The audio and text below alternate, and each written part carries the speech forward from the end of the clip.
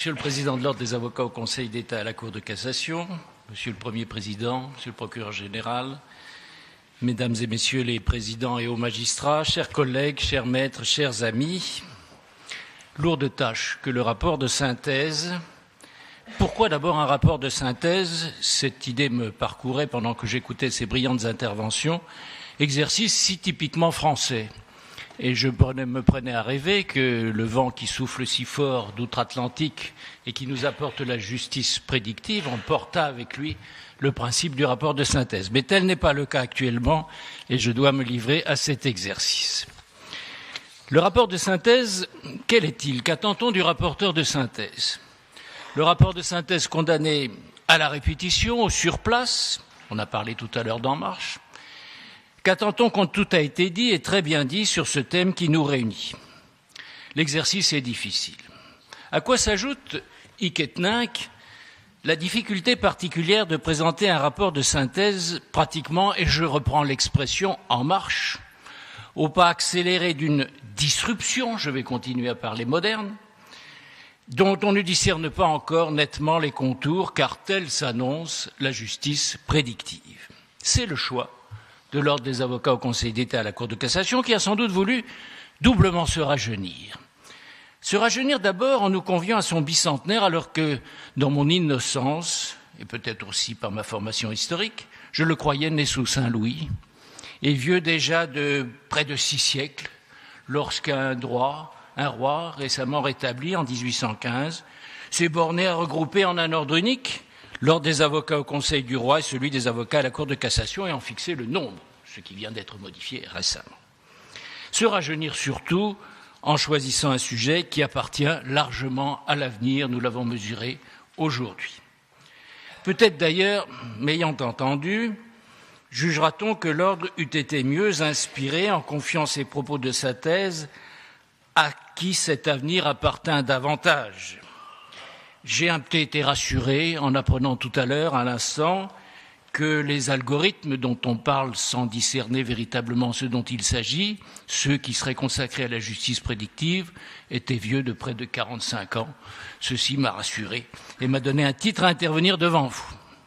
Alors dans cet embarras, prenant argument sinon prétexte de la qualité et de la complétude de ce qui a été dit, je propose de jeter un regard non pas surplombant mais oblique sur le thème qui nous réunit.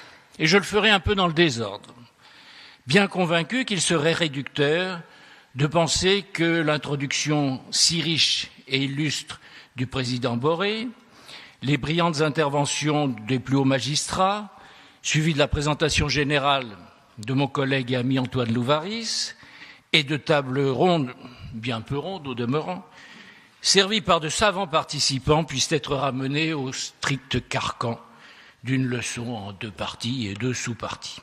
Au demeurant, je l'ai dit, sur ce thème d'avenir, il s'agit davantage d'un point d'étape que d'une véritable synthèse. Et je redonnerai mon propos, partant de ce que nous avons appris, autour de 3 questions. Ce qu'est la justice prédictive, ce que permet la justice prédictive, et ce que peut faire craindre la justice prédictive, ou encore les précautions d'emploi de la justice prédictive. Ce qu'est la justice prédictive.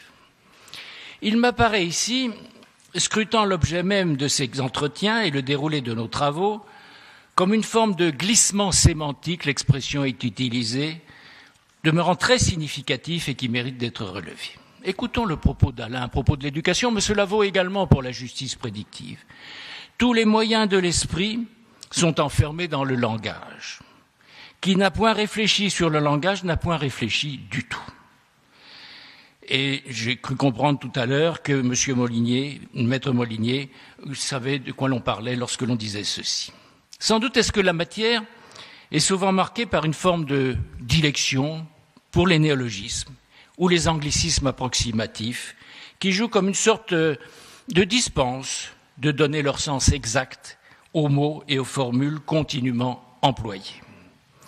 Mais c'est surtout que le terme même de justice est ici employé indifféremment, sans que l'on démêle toujours s'il doit être pris dans son sens matériel, l'acte de justice, la jurisdiction, ou dans son sens organique, le service public de la justice, l'appareil juridictionnel et tout particulièrement l'appareil judiciaire dont il désignerait une nouvelle forme ou une nouvelle organisation. Soyons clairs sur ce point. La réflexion sur la justice prédictive n'a de sens que menée sur la justice au sens matériel, l'acte de justice. Même si, et on y reviendra, les évolutions que l'on range sous ces termes peuvent n'être pas sans conséquence sur l'organisation de l'appareil juridictionnel. Ainsi, ramené à son sens strict ou matériel, nous avons mieux compris aujourd'hui ce que n'est pas la justice prédictive et ce qu'elle ambitionne d'être. Commençons par ce qu'elle n'est pas. Pour le dire d'un mot, la justice prédictive, à proprement parler, n'existe pas. Il n'y a pas de justice prédictive, mais une tentation de prévision de la justice. Une tentation qui est d'ailleurs de tous les temps, mais qui est spécialement active aujourd'hui, facilitée, sinon encouragée, par la disposition de nouveaux procédés techniques aux performances inédites. La justice n'est pas, ne sera jamais un acte de prédiction. Le juge ne prédit pas le droit, il dit le droit. Et ce droit que dit le juge, s'il peut coïncider, et il est souhaitable sans doute qu'il le soit, s'il peut coïncider avec ce qui a été prédit, n'est pas la réalisation d'une prédiction. Le droit dit par le juge est et doit être au plus près de la cause, la vérité judiciaire recherchée et établie par lui et qui s'impose aux parties, res judicata pro veritate habetur. La justice, dans son essence, n'est pas, ne peut pas être prédictive. Ce qui ne veut pas dire, et l'on entre dans notre sujet, que la solution du juge ne puisse pas rejoindre la prédiction qui en a été faite, surtout lorsque cette dernière, la prédiction, procède d'une analyse circonstanciée et approfondie des précédents. Et à cet égard, évidemment, un pas de plus est franchi lorsque la prédiction se veut garantie, assurée de sa réalisation par l'appel à des procédés mathématiques dotés de capacités de traitement et d'analyse jusqu'alors inédites. C'est cette ambition que l'on part aujourd'hui du nom de justice prédictive. J'en viens ainsi à une définition positive de la justice prédictive, aux éléments constitutifs de celle-ci. On nous les a présentés aujourd'hui. Derrière la nouveauté d'une formulation, l'expression a été employée aussi aux allures d'oxymore, la justice prédictive entend répondre à l'inflation des recours en faisant connaître l'utilité et la pertinence et en orientant, le cas échéant, la solution vers d'autres voies, en mettant aussi à la disposition du juge, lorsqu'elle n'existe pas déjà, une analyse raisonnée et circonstanciée des précédents, et cela par la disposition d'outils nouveaux, dotés de capacités mathématiques d'analyse et de statistiques inédites. Le glossaire qui ouvre le rapport sur l'open data des décisions de justice, établi par mon collègue Loïc Cadiet, auquel on s'est plusieurs fois référé aujourd'hui, définit la justice prédictive en ces termes.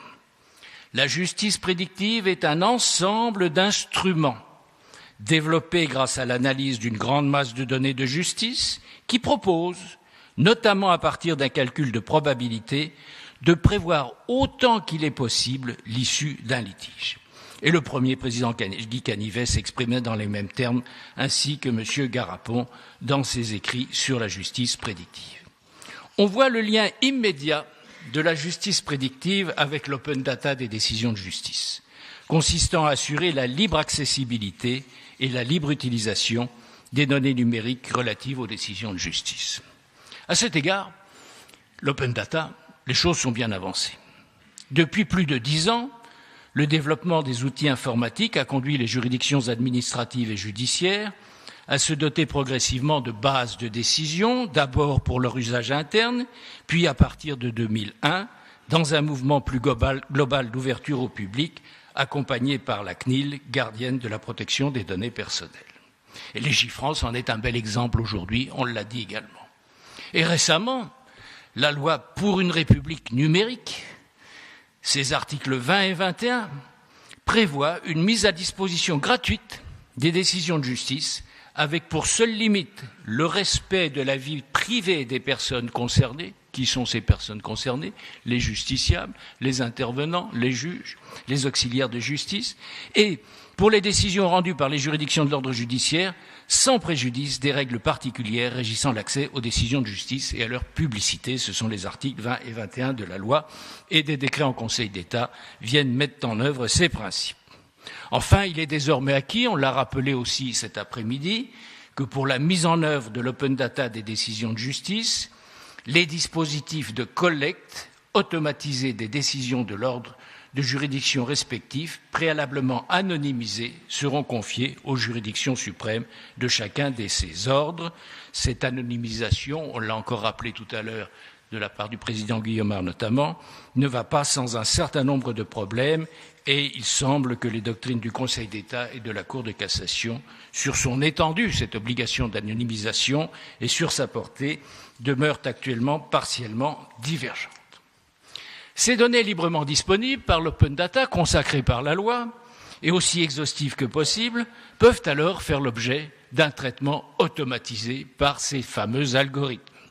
C'est-à-dire, si l'on se réfère à la définition qu'en donne le Conseil d'État, plusieurs définitions ont été proposées aujourd'hui, je cite le rapport du Conseil d'État de 2007, un algorithme, c'est l'application d'une série finie de règles et d'opérations permettant d'obtenir un résultat. C'est proche de la définition qui nous a été donnée tout à l'heure. Ajoutons que ces algorithmes, nous l'avons appris si nous ne le savions pas déjà, je parle pour moi, peuvent être doués de capacités d'auto-apprentissage et de raisonnement autonome, ce que l'on appelle généreusement intelligence artificielle. Arrêtons-nous une seconde sur cette appellation à la fois ambitieuse et inquiétante. Qu'est-ce que l'intelligence artificielle? De quoi s'agit-il exactement? Peut-être me séparerai-je ici, le vice-président Sauvé est parti, donc je peux risquer ceci, quelque peu du Conseil d'État qui, dans son rapport de 2017, considère que l'intelligence artificielle peut simuler l'intelligence humaine. Et j'appelle à l'appui d'une présentation plus apaisée l'autorité de Cédric Villani, dont on a parlé à plusieurs reprises, grand maître proclamé de la matière, chargé de responsabilités particulières dans ce domaine, et je le cite. Les algorithmes, et j'ai été très tranquillisé par ce que j'ai appris tout à l'heure, les algorithmes ne sont pas intelligents comme nous l'entendons. Ils sont extrêmement doués pour accomplir des tâches bien ciblées, mais très, très loin d'une conscience, d'une capacité à se définir. Et tout à l'heure, on nous rappelait que le traitement par algorithme n'a de sens que dans des circuits fermés, et que d'autre part, la machine n'est pas directement intelligente, le même terme a été repris. Ainsi, la réponse à l'aléa judiciaire, plus exactement la prévention de celui-ci et son externalisation, bénéficie du double mouvement d'ouverture des données numériques relatives aux décisions de justice et de la capacité nouvelle de les traiter à une grande échelle par des procédés automatisés avec une capacité, je l'ai dit, et des performances toujours plus grandes permettant de quantifier aussi exactement que possible, mais nous avons vu que ces pourcentages, dont je me demande d'ailleurs sur quelle base ils sont établis, que signifie 70%. Je ne sais pas très bien quelle est la base du 100%. De quantifier aussi exactement que possible l'aléa de la procédure envisagée. Voilà les éléments constitutifs d'une justice prédictive. Ils sont désormais disponibles. Voilà ce qu'est la justice prédictive, mais quelles sont ses utilités? Qu'en attend-on? C'est s'interroger sur ce que permet la justice prédictive. J'y viens maintenant. Ce que permet la justice prédictive. La justice prédictive a une première ambition, celle de la sécurisation du justiciable dans le recours au juge. Et plus largement, celle de la prévisibilité de la décision de justice. Là, rien de très nouveau. Et j'ai été rassuré en sachant que les Alexandrins ne pourraient jamais être mis en algorithme. Écoutons l'Alceste, ce pauvre misanthrope d'Alceste. On publie en tout lieu l'équité de ma cause. Sur la foi de mon droit, mon âme se repose. Cependant, je me vois trompé par le succès. J'ai pour moi la justice et je perds mon procès. Ce besoin de sécurité juridique, au moment où s'engage le procès, et de prévisibilité de la décision de justice est ainsi aussi vieux que le procès lui-même. Et l'arrêt de la Cour européenne des droits de l'homme qui nous a été cité tout à l'heure l'indique dans une actualité plus immédiate. Beaucoup, sans doute, a déjà été fait pour répondre à cette recherche légitime de sécurité de qui s'engage dans la voie juridictionnelle. On a cherché la réponse d'abord, on nous l'a rappelé, dans une plus grande stabilité, plus de simplicité et l'intelligibilité et l'accessibilité de la règle de droit dont le Conseil constitutionnel a fait un objectif de valeur constitutionnelle. Il n'est vrai qu'il n'en est pas avare d'objectif de valeur constitutionnelle. Le juge lui-même, et peut-être tout spécialement le juge administratif, parce que le droit administratif est, selon la formule de René Chaput, un droit essentiellement jurisprudentiel, le juge a su développer pour sa part historiquement des outils propres à annoncer les évolutions jurisprudentielles ou les revirements de jurisprudence. Ont été encore récemment ressuscités à ce titre, et je vais à nouveau parler droit constitutionnel, des formules proches des arrêts de règlement, dont la prohibition constitutionnelle demeure pourtant, qui manifeste à l'extrême la fonction normative du juge, annonçant à l'occasion d'une espèce la règle qu'il appliquera demain. Mais ce sont là des méthodes que Génie eût qualifiées de méthodes savantes. Elles accompagnent les grands mouvements du droit, les évolutions de fond, les évolutions de principe, et elles ont besoin du relais de l'interprète, du commentateur, de la doctrine pour être comprises de tous. Il n'était pas inutile de rappeler, dans ce colloque organisé par l'Ordre des avocats au Conseil d'État à la Cour de cassation, que la première mission de l'auxiliaire de justice est, par son conseil, de faire connaître l'état du droit et de dissuader éventuellement du recours voué à l'échec. On nous l'a redit tout à l'heure, je crois qu'il était important de le rappeler. Tout ceci, sur quoi il n'y a pas lieu d'insister davantage, tout ceci existe, chaque jour amélioré, et contribue utilement à concilier l'exigence de sécurité juridique avec l'évolution nécessaire de la jurisprudence. Pourtant, nul n'a jamais songé à ranger cet arsenal de méthodes sous le drapeau flambant neuf de la justice prédictive. Il s'agit donc d'aller plus loin et de discerner ce que permettra demain la justice prédictive. Le terrain de performance de la justice prédictive, au service de l'objectif de prévisibilité et de sécurité que je viens de dire, c'est celui du droit et du procès du quotidien. C'est celui de nombreux litiges répétitifs dans leur économie, même si, pour le justiciable, chacun a sa singularité. C'est celui de la plus grande masse des justiciables, chacun persuadé de son bon droit, mais n'ayant pas accès à ces sources formalisées et savantes dont je parlais tout à l'heure.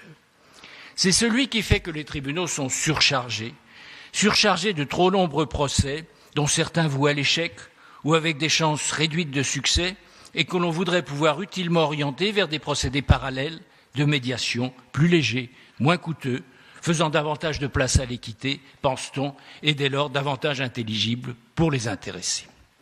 Ce point mérite qu'on s'y arrête.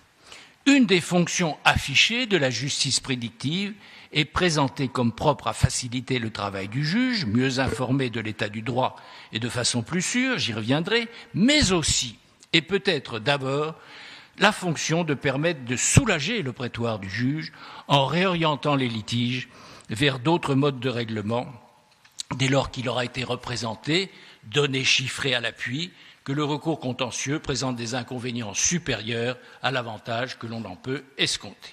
Et ce n'est pas par hasard qu'à peu près au même moment, la loi de modernisation de la justice au XXIe siècle, de 2016, consacre son titre 2 à encourager les modes alternatifs de règlement des différends et que se mettent en place dans les différents métiers du droit des formations à la médiation, au risque d'ailleurs, en la formalisant à l'excès, d'en compliquer l'exercice. À quoi s'ajoute la recherche par les cours suprêmes de mécanismes propres à privilégier leur mission première de dire le droit et de le faire par la jurisprudence à propos des litiges, autant que de juger ceux-ci. Et donc de limiter le nombre de ceux qui viennent jusqu'à elle. Cette dernière ambition n'est d'ailleurs pas illégitime de la part du juge de cassation, qui ne devrait pas être un troisième degré de juridiction, et dont la mission est fondamentalement, plus que la cassation disciplinaire, d'assurer l'unité d'interprétation du droit. À ces préoccupations particulièrement prégnantes aujourd'hui, la justice prédictive propose une réponse qui, et c'est la nouveauté, affiche la rigueur et donc l'efficacité supposée de l'analyse mathématique.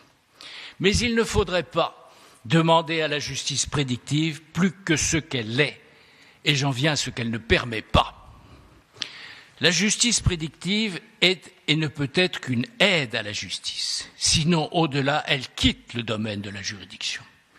Elle doit être jugée elle-même, cette justice prédictive, sur ses performances pour assister le juge et les auxiliaires de justice dans leur mission de juridiction. Citons à nouveau Cédric Villani.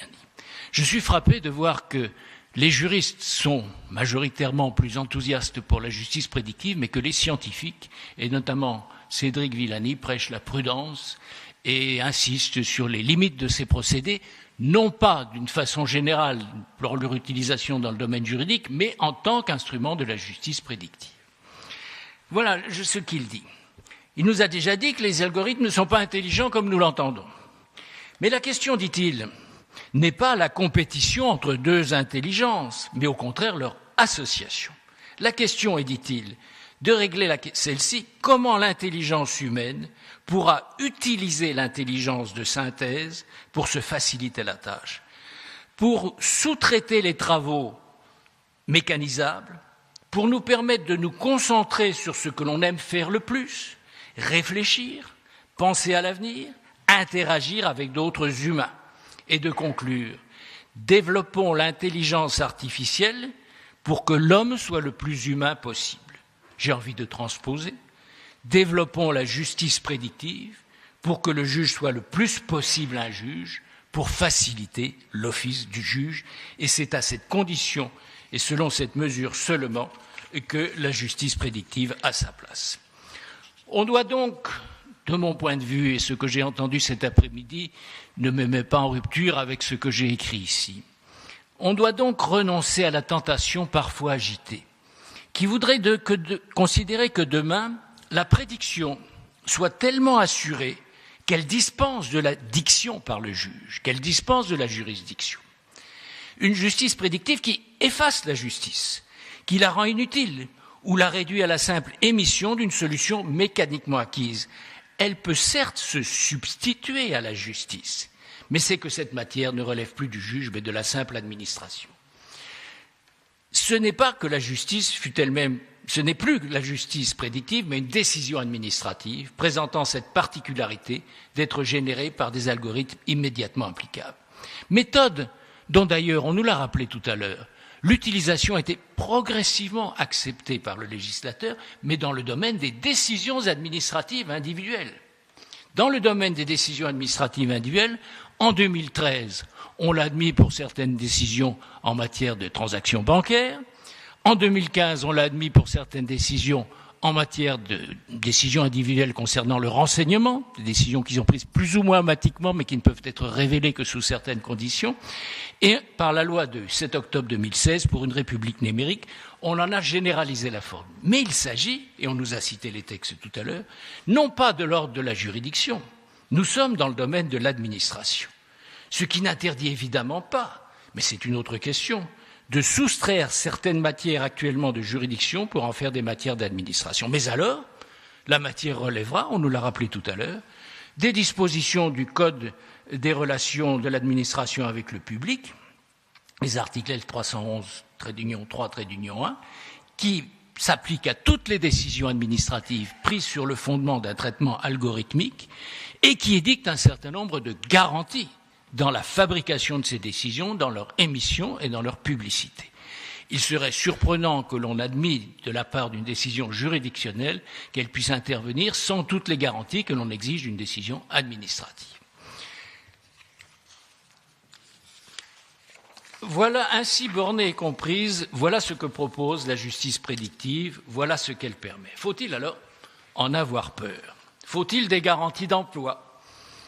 Aux promesses de la justice prédictive, faut-il opposer, pour reprendre l'expression d'un dossier récent d'un journal du soir, faut-il opposer ses périls? La justice prédictive, faut-il en avoir peur? Observons d'abord que le mouvement est déjà bien lancé, en sorte qu'il serait vain de s'opposer à la justice prédictive. Mais en même temps, je le disais tout à l'heure, la justice prédictive n'apparaît pas en l'état comme la mieux assurée des composantes du discours parfois un peu incantatoire sur l'ère nouvelle qu'ouvrirait la République devenue numérique. C'est pourquoi le moment est bienvenu, Monsieur le Président de l'Ordre des avocats au Conseil d'État à la Cour de cassation, pour essayer d'en connaître les caractères et les effets, de se prémunir contre les risques qu'elle pourrait comporter. En un mot, de s'interroger sur le bon usage de la justice prédictive. C'est d'ailleurs en ce sens encore que se sont exprimés les intervenants d'aujourd'hui, comme d'ailleurs ceux très nombreux qui ont écrit sur la question. Cette appréciation de la justice prédictive, des effets qu'elle induit, des dangers qu'elle pourrait comporter, doit être menée d'abord et fondamentalement par référence à l'objet qui est le sien. Il s'agit du droit au recours, qui est un principe de valeur constitutionnelle et conventionnelle, et dont on nous a dit tous les éléments constitutifs.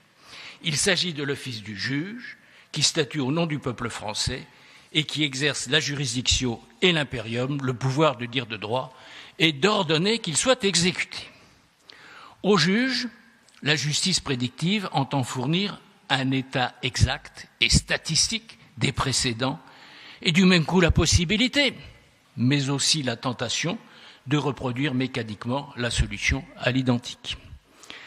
À l'avocat et aux auxiliaires de justice, elle veut apporter les résultats d'une recherche documentaire exhaustive et ordonnée, et la possibilité, mais aussi la responsabilité, de répondre en termes chiffrés aux questions habituelles, rituelles des clients sur les chances de succès de leur recours, de construire celui-ci en fonction de ces informations, on nous a parlé des tentations de profilage du juge, et peut-être aussi sur ces bases, au titre du Conseil, de les orienter vers des modes alternatifs de règlement du litige.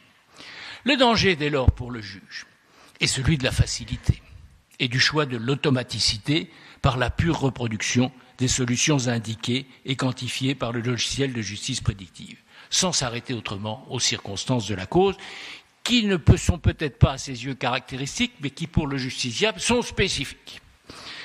Ou bien au contraire, pour le juge, n'est-ce pas la tentation, justement indisposé par ce qui lui est dicté comme une solution d'évidence, il n'a qu'à mettre sa signature, de vouloir écarter ce qui lui apparaît comme de nature à lier sa compétence, au prix alors d'une rupture injustifiée avec les précédents et donc d'une forme d'insécurité juridique. Dans un cas comme dans l'autre, et c'est ce qu'il faut retenir, car je schématise à l'extrême en présentant ceci, dans un cas comme dans l'autre, nous constatons que la justice prédictive n'est pas neutre sur l'office du juge. Encore bien évidemment, faudra-t-il distinguer selon les contentieux, ce qui fait d'ailleurs que presque naturellement, les logiciels de justice prédictive déjà disponibles, mais à titre d'essai, n'ont de prétention que pour certains domaines bien particuliers. On parle aujourd'hui, par exemple, de la prestation compensatoire, de la rupture abusive des relations contractuelles, de certains contentieux de la responsabilité ou encore du droit du travail. Et de premières expérimentations, nous l'a rappelé, auprès des cours d'appel de Douai et auprès de la cour d'appel de Rennes, se sont révélées, disons, peu concluantes. Il y a également non pas véritablement des expérimentations, mais des simulations qui ont été faites auprès de juridictions administratives. Et là aussi, ce dont nous disposons montre qu'en tous les cas, le produit n'est pas directement opérationnel à ce jour. Pour l'avocat et l'auxiliaire de justice, les dangers sont autres et plus grands peut-être encore. C'est que dans l'exploitation des logiciels de justice prédictive, l'avocat aura à développer un rôle actif sur la façon d'interroger celui-ci, sur l'interprétation des résultats, sur l'attitude à déterminer avec son client quant à la stratégie à adopter. Le devoir de conseil de l'avocat ne diminue pas du fait de l'appel à un outil de justice prédictive. Tout au contraire, il risque d'enfler, puisque c'est à partir de la connaissance d'un état de droit présenté comme mathématiquement quantifié que celui-ci devra se déterminer la stratégie propre à mener au dénouement du litige, incluant la détermination du terrain juridique de la demande, le moment du recours, d'une certaine façon le choix de la juridiction lorsque c'est possible ou du juge, ou encore l'appel à une solution alternative à la saisine du juge. C'est dire que l'avènement de la République numérique dans son volet de la justice prédictive va bien au-delà de l'aspect matériel qui n'est pas à négliger.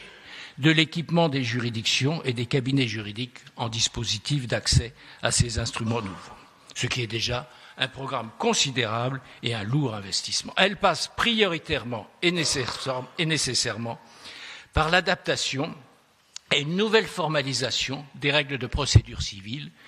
Il y en a déjà un certain nombre d'indications dans les chantiers de la justice. Elle passe par la formation des juges et des avocats à leur utilisation. Elle passe par une pédagogie expérimentale, laquelle doit reposer sur cette proposition première et fondamentale que les instruments nouveaux de la justice prédictive ne se substituent pas à leur office propre, mais sont de nature à en modifier profondément les conditions d'exercice. Et je me risque à faire mon tour une prédiction, pas toujours ni nécessairement dans le sens de la simplicité. Observons encore, seconde remarque, que certains ont vu dans l'avènement de la justice prédictive un pas vers l'égalité des justiciables devant la justice. Il n'est pas certain que ce soit toujours si évidemment le cas.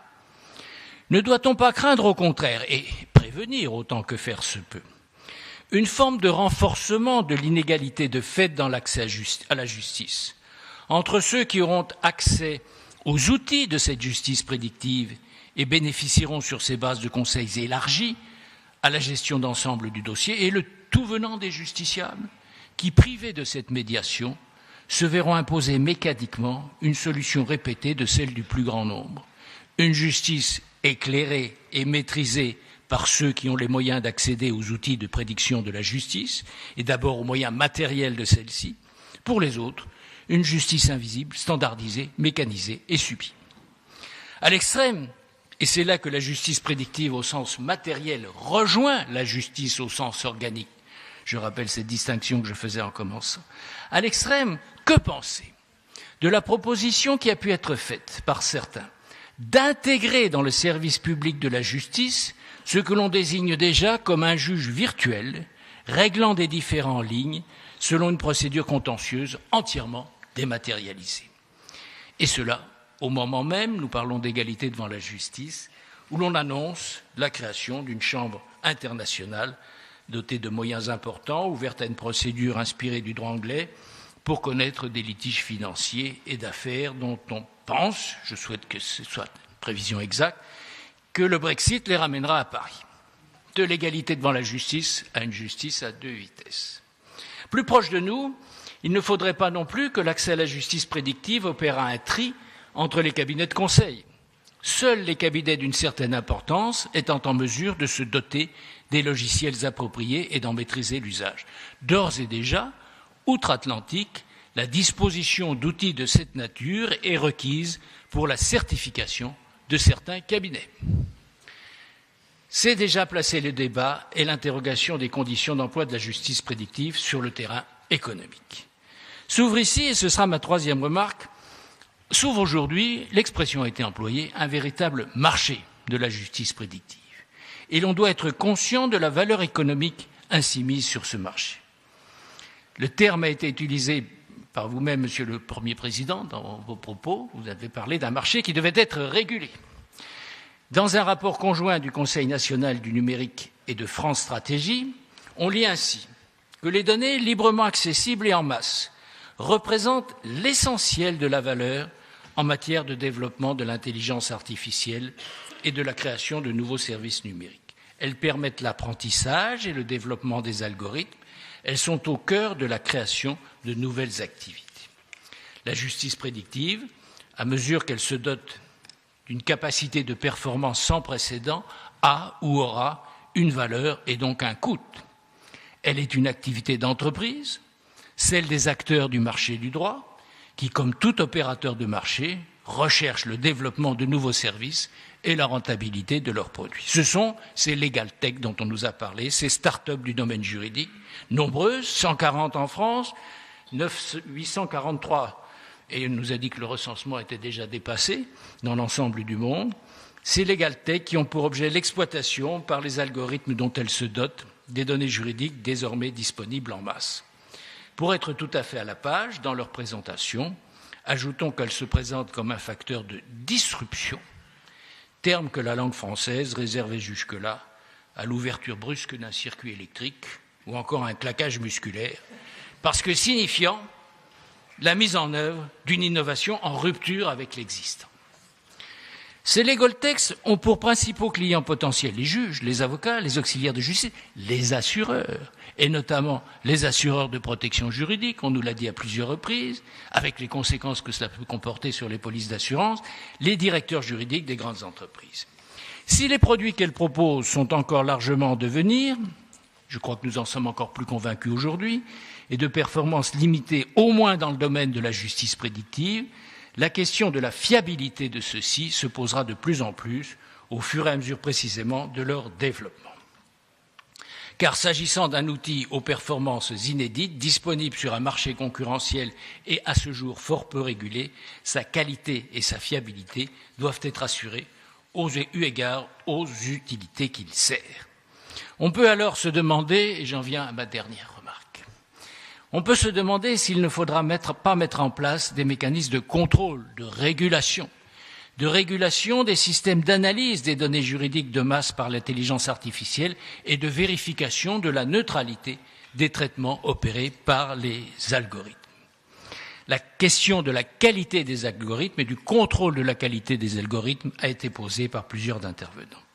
Beaucoup a été dit et beaucoup doit être fait dans le domaine de la cybersécurité, tout spécialement cette année 2018, annoncée comme celle de la mise en conformité avec le règlement général sur la protection des données.